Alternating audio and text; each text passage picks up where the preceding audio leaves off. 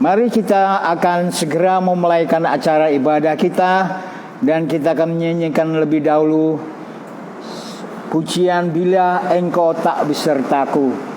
Biarlah kita bersama-sama bersekutu lewat kuasa kemurahan daripada Tuhan.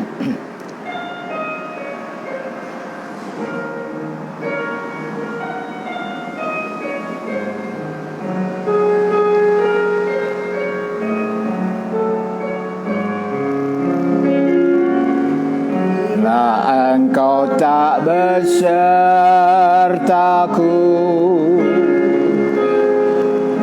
ku tak mau berjalan.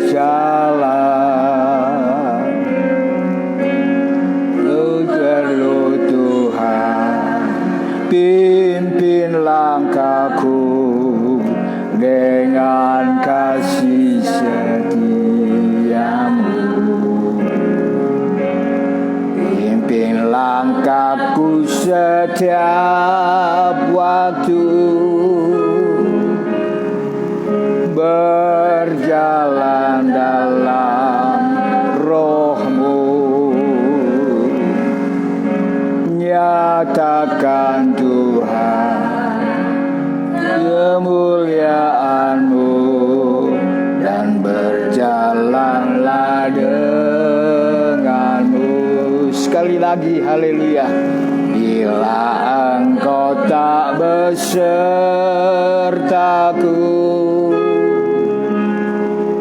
ku tak mau berjalan.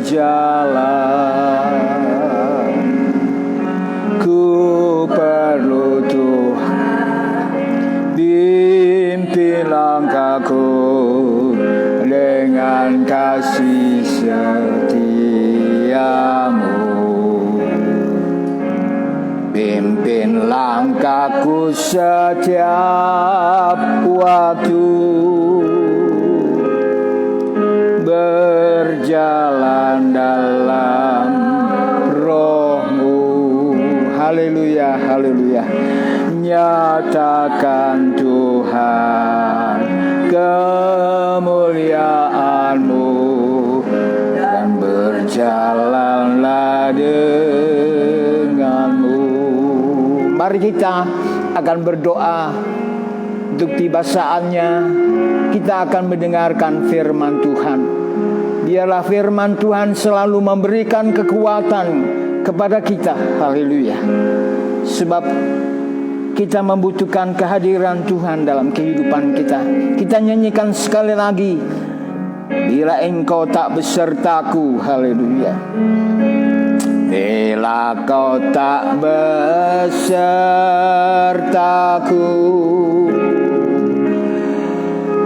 ku tak mau berjalan.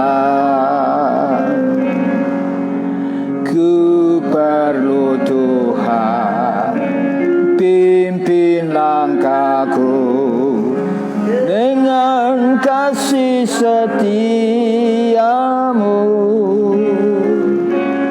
Pimpin langkahku setiap waktu,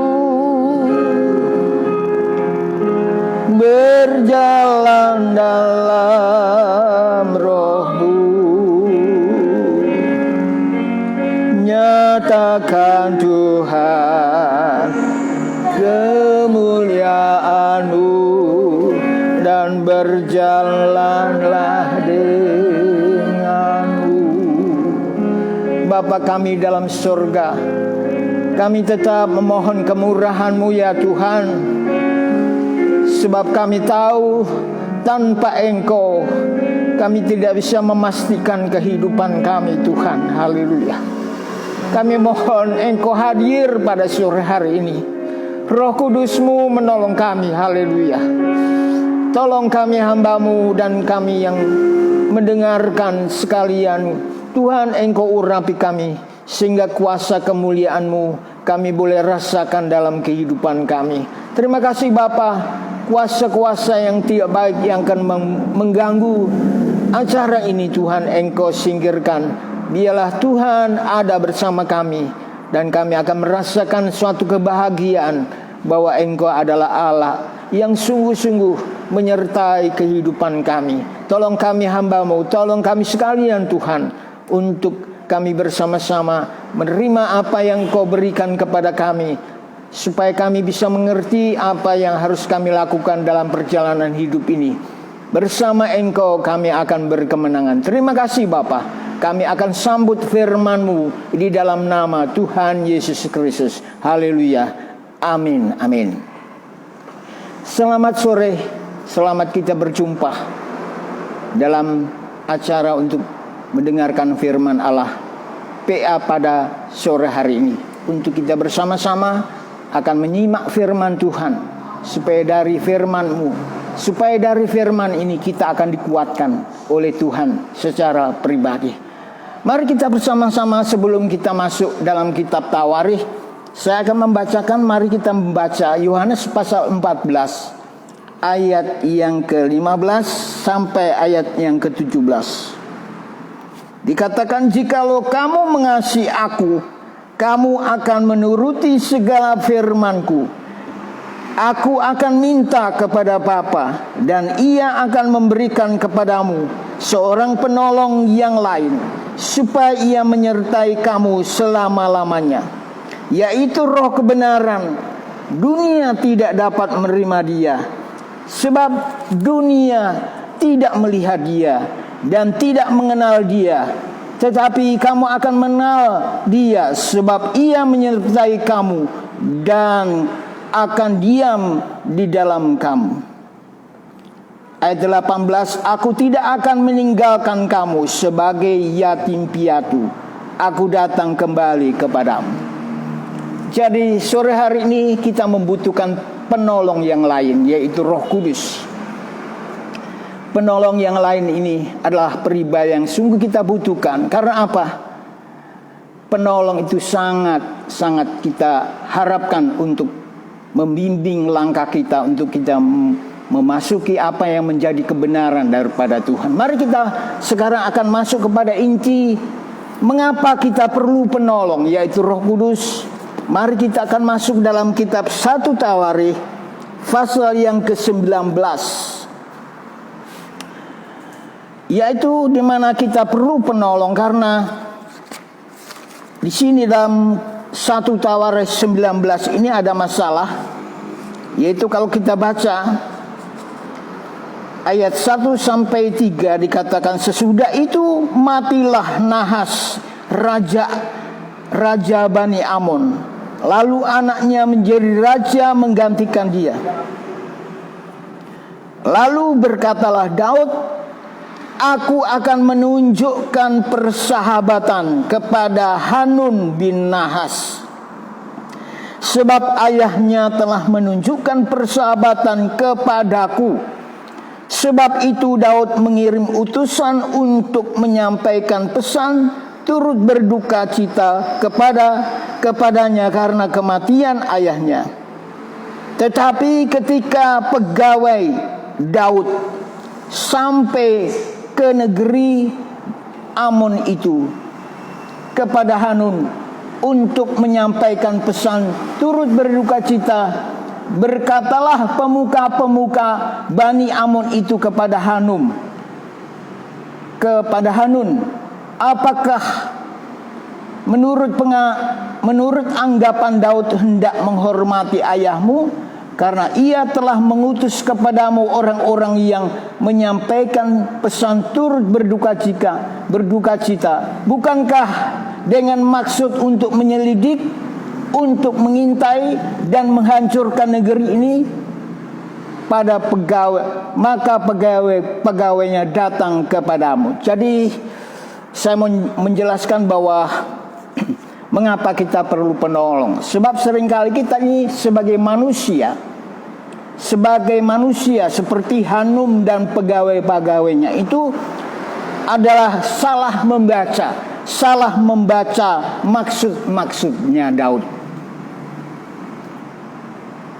Jadi kadang-kadang persoalan dalam kehidupan kita ini, kita sebagai manusia yang lemah ini seringkali tidak bisa membaca dengan baik. Seperti Hanun tidak bisa membaca dengan baik kehadiran Daud. Ini kan persoalan dalam kehidupan kita. Seringkali kita sebagai manusia tidak bisa membaca dengan baik bila ada seseorang datang kepada kita. Seringkali kita sebagai suami juga demikian, memberitahukan istri dengan maksud baik, tetapi kadang-kadang istri tidak bisa membaca dengan baik apa maksud suami. Sebaliknya demikian, saudara. Kadang kita mendapatkan suatu saran-saran dari istri kita, tetapi kita sebagai suami tidak bisa memahami, tidak bisa membaca maksud istri yang baik itu.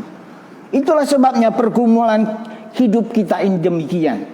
Seperti Hanun, waktu Daud mau datang untuk bersahabat, untuk menghargai ayahnya yang sudah baik, yang sudah berbuat baik kepada Daud. Daud ingin mengucapkan terima kasih atau ingin memberikan simpati, tetapi Hanun dan pegawai-pegawainya itu tidak bisa membaca dengan baik. Ini persoalan banyak dalam kehidupan kita yang menghadapi persoalan-persoalan yang kita tidak bisa baca dengan baik. Akhirnya terjadi sesuatu yang merugikan kehidupan kita. Hanun dan pegawai-pegawai salah membaca maksud dari Daud yang baik. Akibatnya di dalam ayat dikatakan Hanun selalu curiga dan mendatangkan malapetaka atas dirinya sendiri. Ini kisah yang terjadi. Hanun itu dengan pegawai-pegawainya tidak bisa membaca maksudnya Daud dengan baik. Akhirnya itu merugikan Hanun sendiri dan pegawai-pegawainya. Ini problem dalam kehidupan kita, bisa demikian. Yang terjadi akhirnya, yang pertama, Hanun selalu curiga. Kita akan curiga, saling mencurigai. Karena apa? Mengapa kita saling mencurigai? Di sini ada peranan sesuatu kekeliruan, tidak bisa membaca dengan baik. Apa maksud daripada Daud datang ke kerajaan Nahas itu yang sudah akhirnya dipimpin oleh anaknya Hanun itu? Jadi mari kita mohon kepada Tuhan sesuatu. Akhirnya juga karena berbagai pengalaman masa lampau, kita mudah terlalu curiga terhadap orang lain dengan mempertanyakan setiap gerakan dan meragukan motif-motif. Coba kalau kita baca ayat 4 kita baca.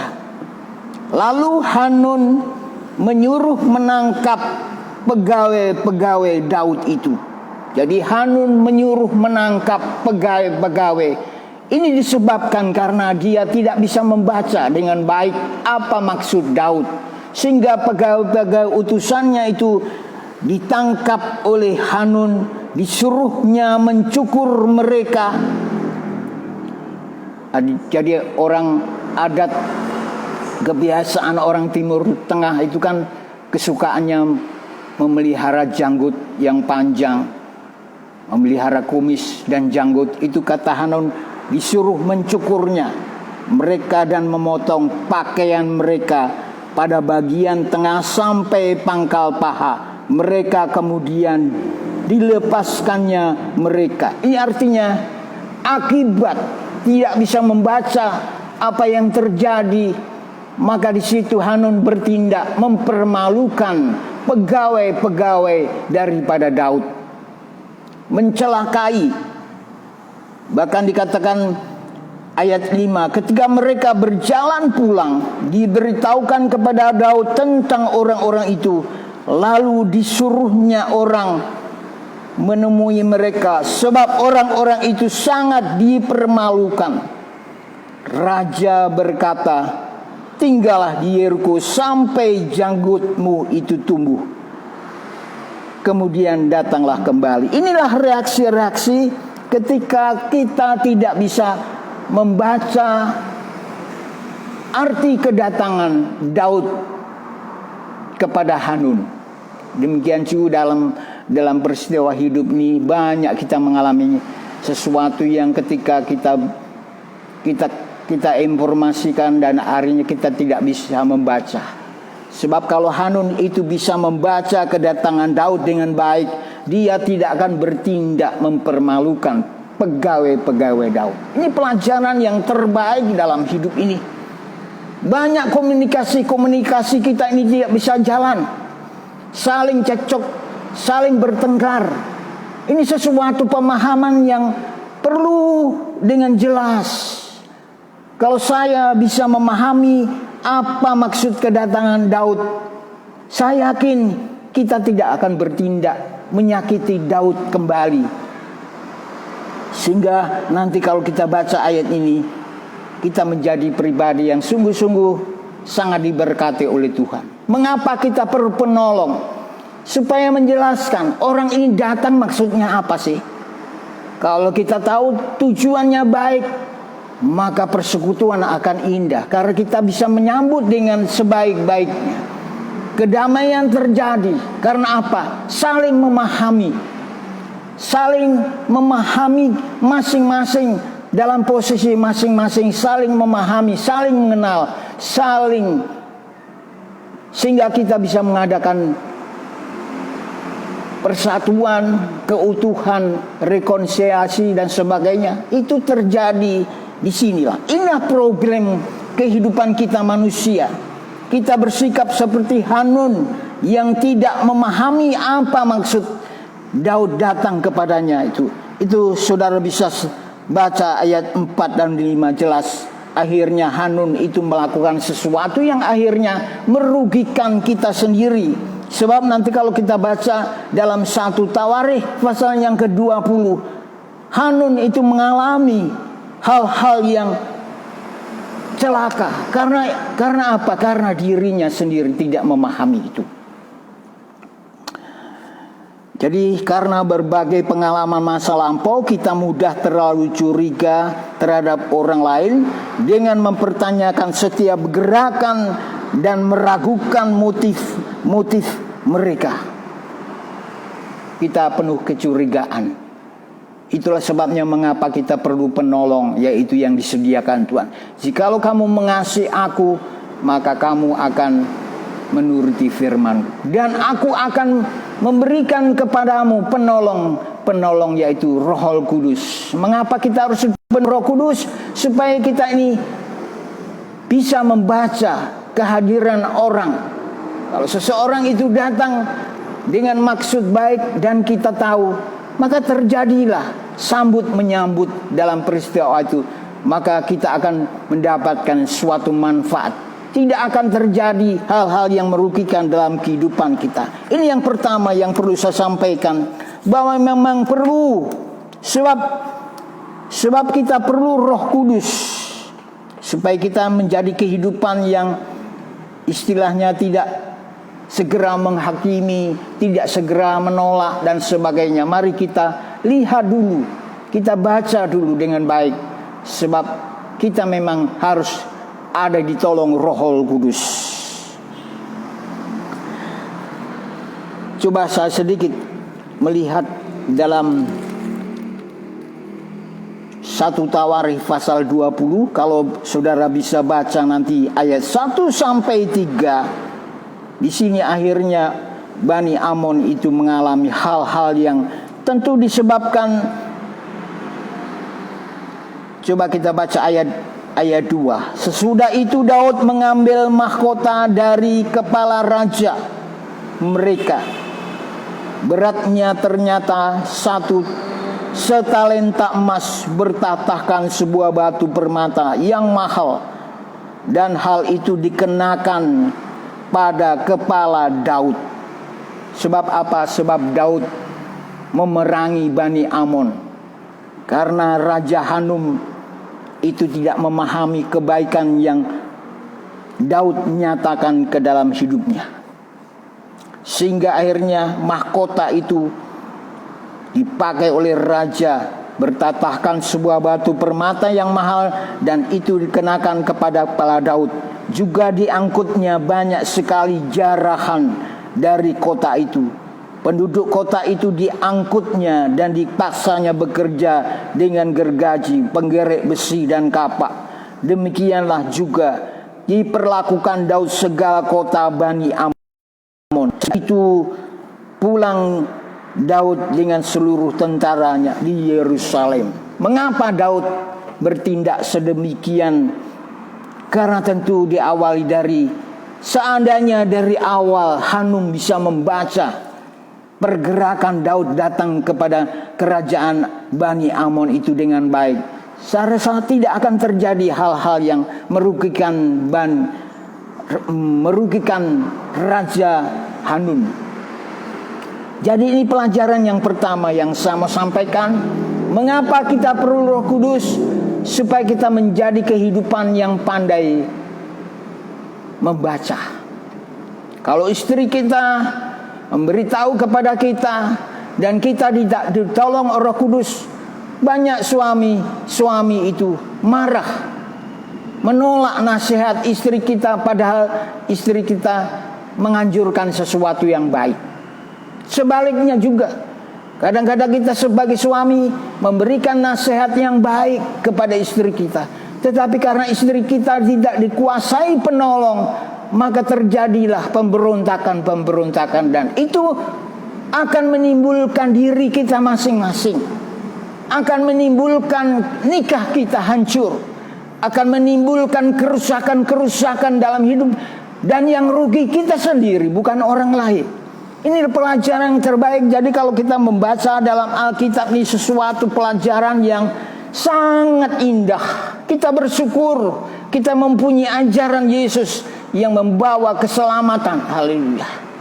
Kita bersyukur kita bisa damai oleh sebab Allah menyediakan penolong yang lain, yaitu Roh Kudus, supaya kita bisa menerjemahkan apapun yang terjadi dalam kehidupan kita.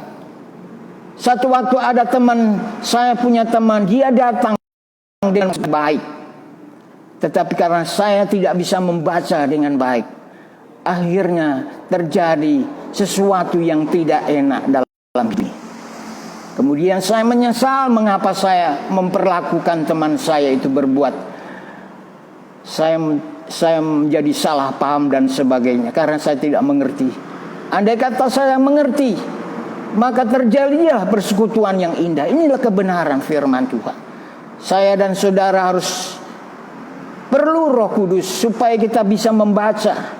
Kalau orang datang kepada kita, ya mungkin ini bagian sesuatu yang menjadi tertawaan dalam batin kita, tetapi ini suatu ajaran yang terbaik yang Allah sediakan dalam kehidupan kita untuk menjadi pribadi yang dipakai Tuhan.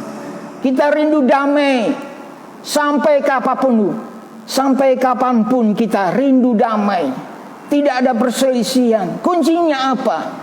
Roh Kudus disediakan untuk supaya Hanun itu bisa membaca kedatangan Daud yang baik. Dia ingin suatu persekutuan karena dia sudah dilayani oleh ayah Hanun pada waktu masih menjadi raja. Ketika dia mati, Daud ingin ke rumah Hanun untuk mengucapkan turut berduka. Artinya ada simpati.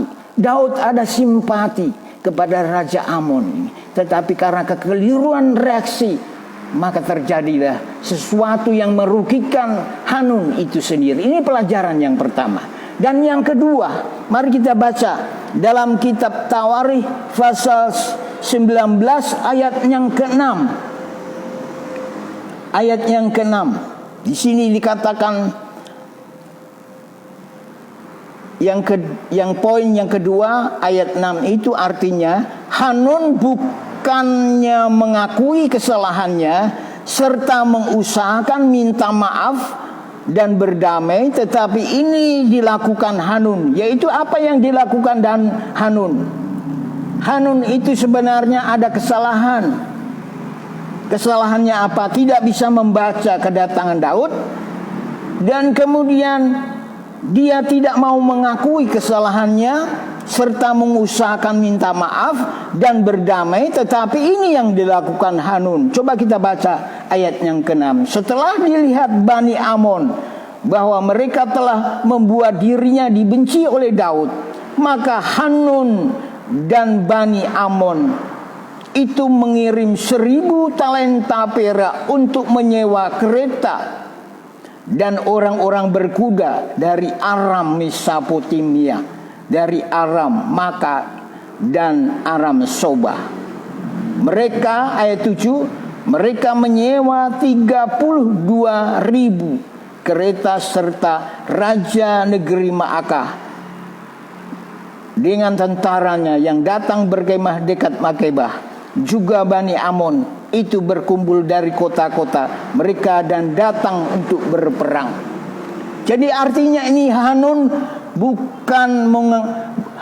bukannya mengakui kesalahannya serta mengusahakan untuk minta maaf dan berdamai, tetapi ini yang dilakukan Hanun, yaitu menutupi kesalahannya dengan menyewa biaya. Dia mengeluarkan biaya yang banyak untuk menutupi kesalahannya.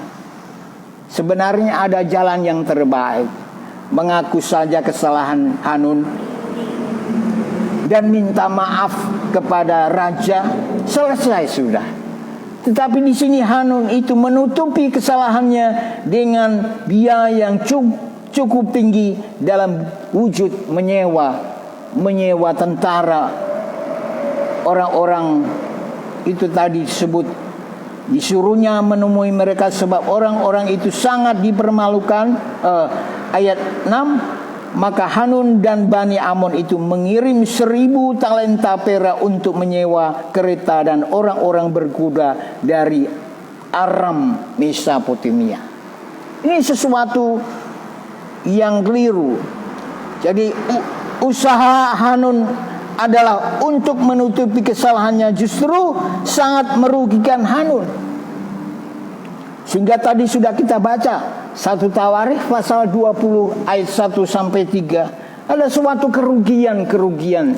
Kalau saudara ada salah kepada sesama, kepada suami, kepada istri, ya lebih baik mengakulah kesalahan kita, dan kita tidak perlu mengeluarkan uang begitu banyak untuk menyewa tentara musuh.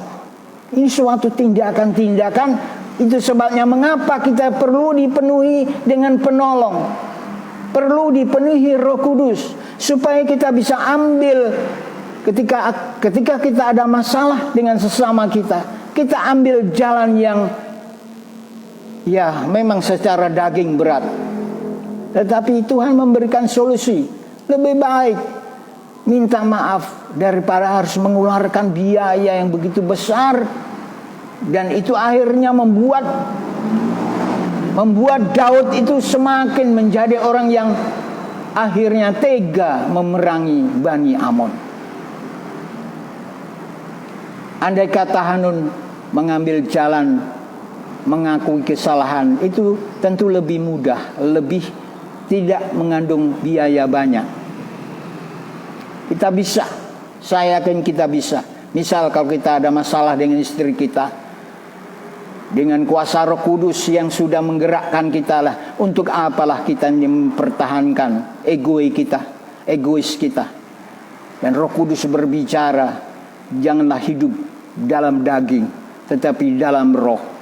Mengakui kesalahan itu hidup dalam roh. Kalau saya dalam situasi marah, dan kemudian pasti Roh Kudus akan menasihat saya akan sesuai firman Allah. Pasti Roh Kudus akan berkata, "Lah, minta maaf sajalah kepada istrimu." Sebaliknya, istri harus minta maaf kepada suami. Itu jalan yang terbaik daripada kita harus mengeluarkan biaya yang begitu banyak, berusaha ini dan itu. Sesuatu yang kalau kita ada penolong, yaitu Roh Kudus yang dijaminkan kepada kita, mengapa kita pilih yang lain? Itu sebabnya pelajaran yang kedua ini memang mengapa penolong sangat perlu, supaya kita lebih mengalami keuntungan yang lebih besar karena Allah. Karena apa? Kita melakukan kebenaran-kebenaran yang datang dari firman Allah. Itulah kehendak Tuhan kepada hidup saya dan saudara, untuk sesuai dengan firman Allah. Jadi usaha Hanun untuk menutupi kesalahannya justru sangat merugikan Hanun. Coba saya mau tambah sedikit pembacaan dalam 1 Tawarikh pasal yang ke-20. Dikatakan, pada pergantian tahun pada waktu raja biasanya maju perang, maka Yoab membawa keluar bala tentaranya lalu memusnahkan negeri Bani Amon. Jadi Bani Amon itu seandainya meminta maaf dan memperbaiki, maka hal ini saya yakin tidak akan terjadi sampai musnah Bani Amon. Kemudian ia maju dan mengepung kota Raba, sedang Daud sendiri tinggal di Yerusalem. Yoab memukul kalah Raba dan meruntuhkannya. Ini sesuatu yang sangat merugikan, sehingga pada sore hari ini menjadi pelajaran bagi kehidupan kita. Kita diberi oleh Roh Kudus jalan yang terbaik. Mengapa kita pilih yang lain sehingga kita mengalami kesulitan kita sendiri? Roh Kudus itu adalah roh yang diberikan kepada kita jikalau kita mengasihi Tuhan. Dia mengatakan, aku akan mengirimkan kepadamu penolong yang lain, yang membuat kita akan memberi.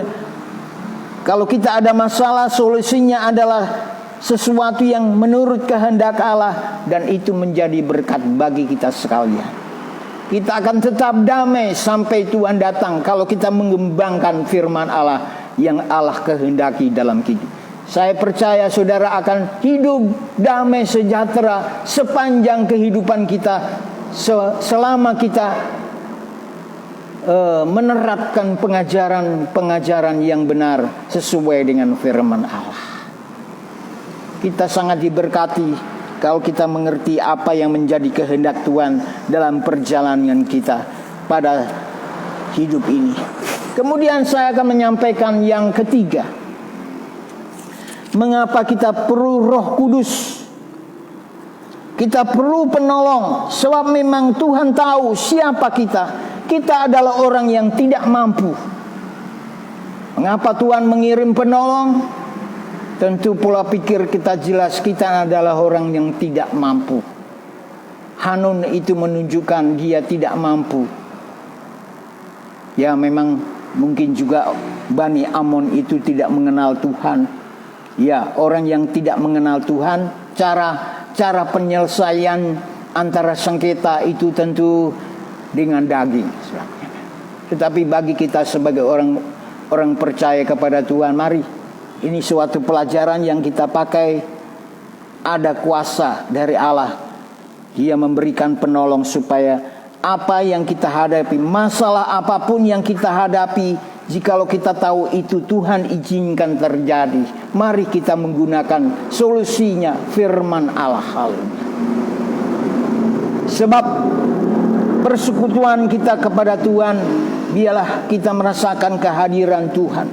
Kehadiran Tuhan juga bukan karena liturgi gereja atau cara ibadah ke gereja, tetapi hadirat Tuhan juga bisa kita rasakan ketika kita menghadapi masalah. Ketika kita menghadapi masalah, disitulah apakah Tuhan hadir atau tidak. Ketika saya dan saudara ada masalah seperti Daud dengan Hanun ini, kalau kita ada masalah dan kita rindukan Tuhan hadir, maka jalan yang Dia tunjuk untuk kita menyelesaikan masalah itu adalah pasti, kalau yang memberinya adalah Roh Kudus, kita akan selesai dengan baik. Perjumpaan Tuhan bukan saja hanya di gereja, tetapi perjumpaan kita yaitu saat-saat kita menghadapi persoalan dalam kehidupan kita. Bagaimana cara kita menyelesaikannya, itu menentukan kehadiran Tuhan atau tidak dalam hidup ini. Itu sebabnya sore hari ini kita bersyukur bahwa Tuhan itu menuntun langkah-langkah kita. Saya bersyukur kalau Tuhan akan mengirim penolong. Dan kalau Tuhan sudah kirim, hargailah penolong itu supaya persoalan kita selesai. Karena yang mengurai persoalan kita adalah pribadi Yesus. Kemudian yang ketiga, Mengapa kita perlu penolong? Kalau saya bacakan, coba kita akan baca ayat 12. Lalu berkatalah Yoab, jika orang Aram itu lebih kuat daripadaku, maka haruslah engkau menolong aku. Jadi kalau pasukan Yoab menghadapi musuh itu, jika orang Aram, jadi Hanun Raja Amon tadi menyewa orang-orang tentara Aram, tentara yang berapa tadi? Orang Aram dan orang-orang Aram Mesopotamia, orang Aram Maaka, dan orang Aram Zoba. Ayat 6. Akhirnya berperang melawan Yoab. Tetapi dalam peperangan itu Yoab berjanji dahulu dengan kawannya. Lalu berkatalah Yoab, jika orang Aram itu lebih kuat daripadaku, maka haruslah engkau menolong aku. Tetapi jika Bani Amon itu lebih kuat daripadamu, maka aku akan menolong engkau. Jadi Yoab itu berbicara kepada kawan dalam peperangan melawan orang Amon. Kemudian ayat 13, Yoab berkata, kuatkanlah hatimu dan marilah kita menguatkan hati untuk bangsa kita dan untuk kota-kota kita.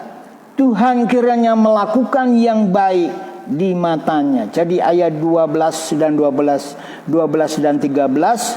Yoab itu kembangkan kerjasama, menjaga kesatuan. Ayat 13, saling menguatkan hati. Dan ini yang dikembangkan oleh Yoab. Itu sebabnya mengapa penolong itu dihadirkan. Tuhan katakan, aku akan menghadirkan penolong. Namanya bekerja sama itu sesuatu yang tidak mudah.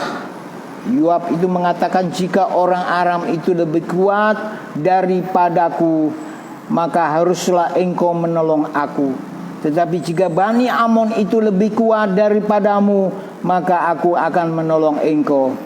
Sehingga Yoab berkata, kuatkanlah hatimu dan marilah kita menguatkan hati untuk bangsa kita dan untuk kota-kota Allah kita.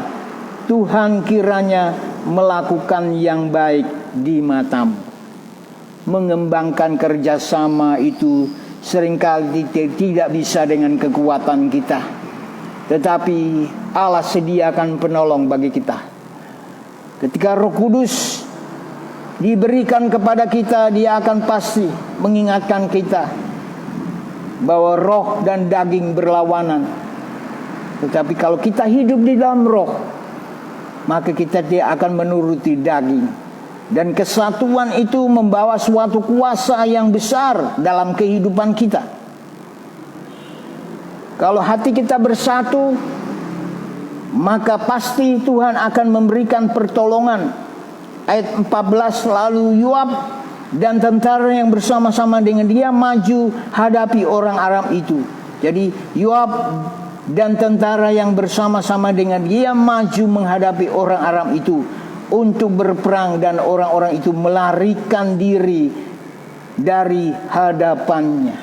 Jadi kesatuan itu penting, membuat suatu kekuatan yang besar sehingga musuh akan hilang, musuh akan kalah. Karena apa? Memang itulah yang diharapkan oleh Tuhan. Penolong itu diberikan tujuannya untuk apa? Supaya ada kesatuan antara Yoab dan tentara-tentara. Sebab kalau Yoab itu panglima tentara, Yoab itu panglimanya Daud, bisa bersekutu dengan tentara-tentaranya. Tidak ada yang mustahil. Kemenangan pasti terjadi. Karena apa? Karena Allah itu senang persekutuan yang baik. Tuhan senang perdamaian. Tuhan senang saling menghargai. Karena apa? Karena pasti kuat. Saling menolong, tolong menolong itu pasti akan menimbulkan suatu kekuatan. Musuh akan kalah menghadapi orang yang bersekutu dengan baik. Kesatuan itu penting, karena kesatuan itu membangun suatu kekuatan yang lebih besar, dan musuh akan pasti kalah dalam kisah ini. Karena di situ Tuhan juga merestui dalam peperangan itu, karena ada kesatuan. Coba saya akan membaca sedikit dalam Matius pasal yang ke-18. Ketika Yoab dan tentaranya itu bersatu tolong menolong, maka ayat mengatakan mereka lari semua. Aram itu lari karena di situ ada kehendak Tuhan, yaitu kesatuan yang kokoh, saling membantu, dan akhirnya musuh dikalahkan. Coba saya sedikit membaca Matius 18. Di sini Tuhan katakan, Matius 18 ayat 9 ayat 18 dikatakan, Aku berkata kepadamu, sesungguhnya apa yang kamu ikat di dunia ini akan terikat di surga. Kita sedang mengikat, saling membantu, saling menolong. Itu kesatuan yang membawa kemenangan-kemenangan. Saudara ingin nikah, saudara mengalami kemenangan, kesatuan itu sangat penting. Sebab kehancuran nikah di dunia ini karena tidak terjadinya kesatuan. Suami tidak ditolong istri, istri tidak ditolong suami, terjadi perceraian, kehancuran, anak-anak menjadi terlantar dan sebagainya. Tetapi siang malam hari ini kita bersyukur oleh firman Allah. Oleh sebab kesatuan Yoab dan tentaranya, maka musuh menjadi hancur. Mereka lari karena mereka merasakan kekuatan yang luar biasa dari pasukan Yoab dan tentaranya. Karena ada persekutuan. Seperti Matius 18 ini ayat 19. Dan lagi aku berkata kepadamu, jika dua orang daripadamu di dunia ini sepakat meminta apapun juga, permintaan mereka itu akan dikabulkan oleh Bapakku yang di surga.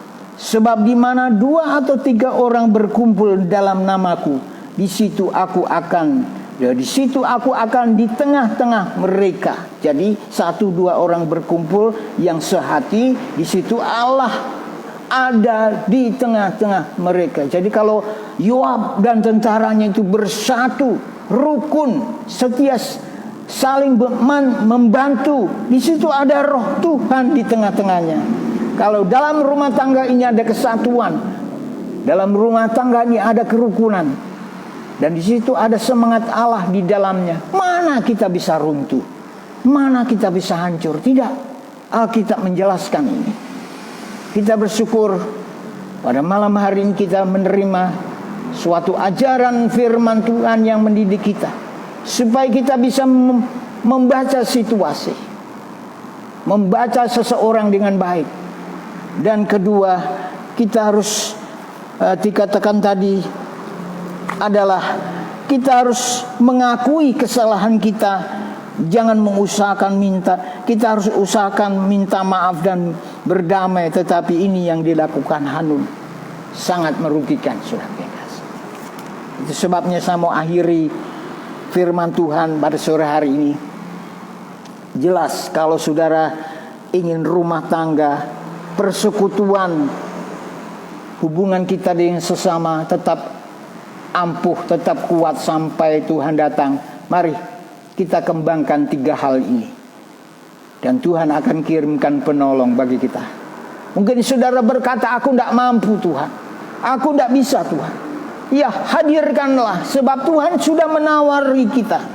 Allah sudah menawarkan kepada kita, jikalau kamu mengasihi aku akan mengirim penolong menyertai kamu selama-lamanya.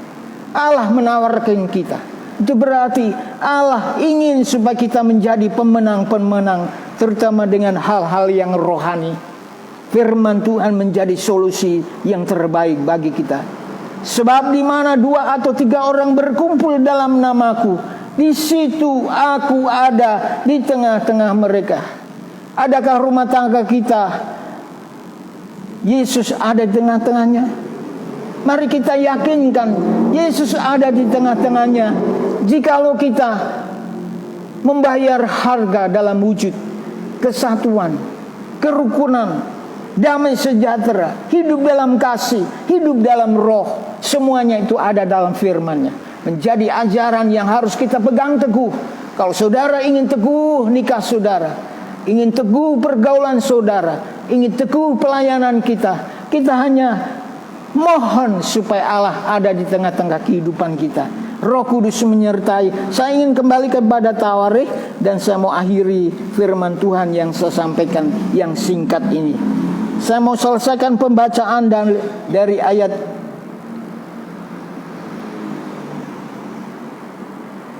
16. Ketika orang Aram melihat bahwa mereka telah terpukul kalah oleh orang Israel, maka mereka mengirim utusan-utusan dan menyuruh orang Aram yang di seberang sungai Efrat maju berperang di bawah pimpinan Sofak, panglima tentara Hadadeser. Ayat 17.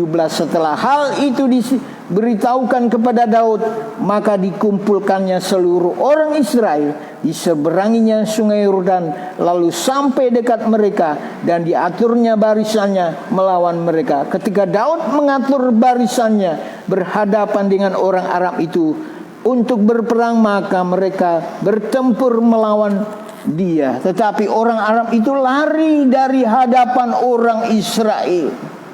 Ini suatu bukti bahwa ajaran yang Allah tuntunkan kepada mereka menjadi suatu hasil, dan Daud membunuh dari orang Aram itu 7.000 ekor kuda, kereta 40.000 orang pasukan berjalan kaki, juga Sofak panglima tentara itu dibunuhnya. Ketika dilihat orang-orang yang takluk kepada Hadadeser bahwa mereka telah terpukul kalah oleh orang Israel, maka mereka mengadakan perdamaian dengan Daud.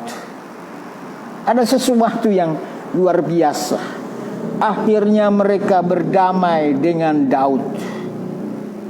Mengapa itu tidak dilakukan lebih awal?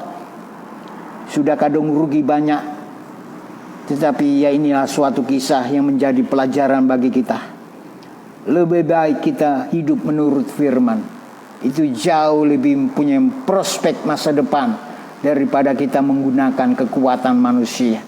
Menggunakan kekuatan kemampuan kita sendiri jauh lebih menguntungkan kita mengikuti apa yang menjadi kehendak Tuhan adalah Tuhan akan mengirimkan penolong. Sebab Tuhan tahu bahwa kita tidak mampu bisa menang tanpa Tuhan. Akhirnya yang terjadi adalah penyembahan kepada Tuhan. Kita bersyukur kita punya Tuhan. Kita bersyukur bangga punya Allah yang sejati, yang memberikan suatu ajaran kepada kita, di mana Dia siap untuk di tengah-tengah kehidupan kita, dalam kita mengarungi kehidupan yang penuh gejolak ini, dalam hidup pelayanan yang penuh gejolak. Hari-hari ini penuh gejolak dalam pelayanan, yang sungguh membutuhkan kehadiran Tuhan di tengah-tengah kita. Kita berharap biarlah Tuhan menjadi penolong bagi kita, sehingga kita akan sembah Dia, kita akan muliakan Dia, sebab Dia bertanggung jawab atas pemberian Dia. Dia siap menolong kita. Dia mau memberi penolong untuk kita berhasil. Tetapi sediakan hidup ini mempunyai kesiapan untuk ditolong oleh Roh Kudus. Saya yakin dan percaya kita adalah bahagia bersama Yesus. Kita akan menjadi penyembah-penyembah. Kita akan menjadi orang yang memuliakan Tuhan. Dan kalau kita bisa memuliakan Tuhan, kita akan terselamatkan dari kebinasaan dunia yang sudah mendekat ini. Saudaraku yang kasih, hari-hari ini tidak ada kabar yang menyenangkan bagi hati kita. Tetapi firman Tuhan, sabda Tuhan, Allah siapkan, sediakan untuk kebahagiaan kita kemanapun kita pergi. Kalau kita bersama-sama Yesus, ada pengharapan yang besar. Kita akan menjadi berhasil bersama Yesus. Sehingga yang terjadi, kemana kita pergi, kita akan memuliakan, kita akan menceritakan kebaikan Yesus. Sebab Dia menyediakan penolong untuk menyelamatkan kita dalam langkah kita. Hari depan bersama Yesus ada harapan. Daripada kita menggunakan kekuatan kita sendiri, mari kita mohon senantiasa kita membuka sesuatu. Kita rela kalau kita bersalah, kita minta ampun, kita bermaaf-maafan, kita saling memperbaiki diri kita. Maka yang terjadi adalah kemenangan bersama Yesus. Tuhan dipermuliakan. Sekianlah firman Tuhan yang saya sampaikan pada sore hari ini. Kiranya Tuhan memberkati saudara dan saya. Dan sebentar sedikit kita akan berdoa. Kita ambil waktu, kita nyanyikan satu pujian tadi. Pujian yang kita nyanyikan tadi, bila engkau bersertaku, bila engkau tak besertaku, ku tak mau berjalan. Haleluya.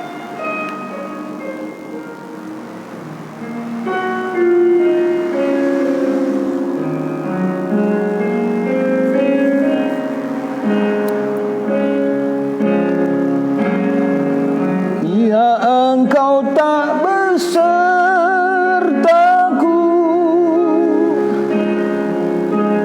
ku tak mau berjalan.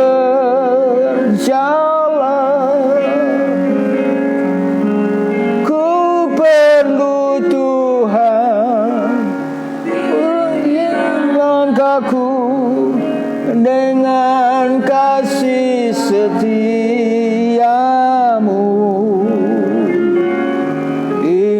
Langkahku setiap waktu, berjalan dalam roh-Mu, nyatakan Tuhan kemuliaan-Mu, dan berjalanlah denganmu. Sekali lagi, bila engkau tak besertaku, engkau tak besertaku,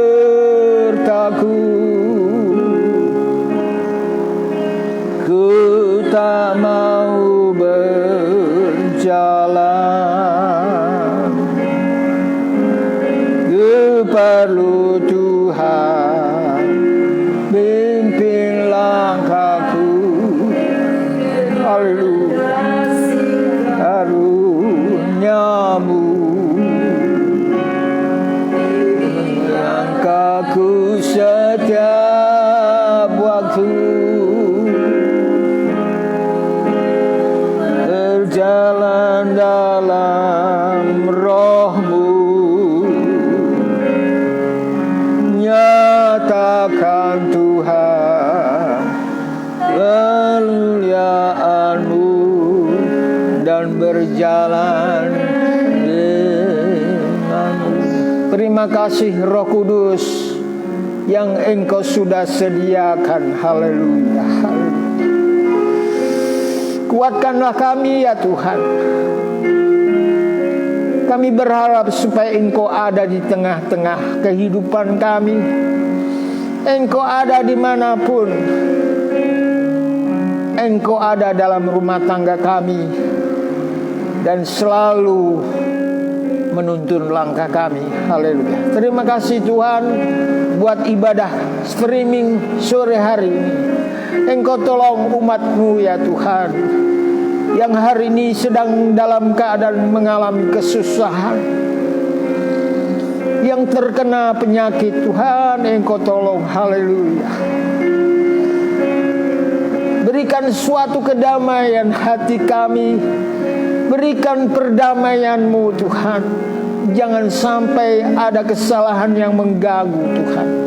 Supaya mereka mampu menghadapi ujian-ujian yang Engkau izinkan terjadi. Engkau ada di tengah persoalan-persoalan kami, dan Engkau melihat bagaimana kami menyelesaikannya Tuhan. Haleluya. Roh Kudus menolong kami Tuhan, Siapa kami yang hina ini Tuhan? Punya kekuatan, kami tidak ada kekuatan apapun Tuhan. Hanya Engkau yang penuh kuasa, yang siap membantu kami, menolong kami. Terima kasih malam sore hari ini, menjelang malam ini Tuhan. Kasih setiamu Engkau berikan kepada kami. Dan biarlah ini terus Engkau berikan kepada kami, sehingga kami dapat menyelesaikan pekerjaan kami. Terima kasih Tuhan. Hamba-Mu pada sore hari ini berterima kasih.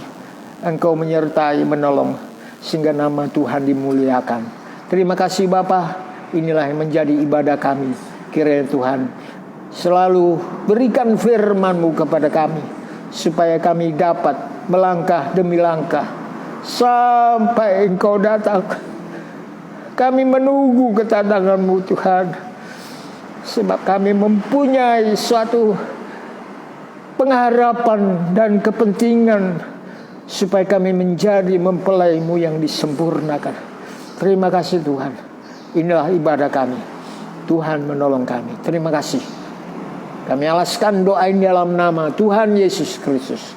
Haleluya. Haleluya. Amin. Amin.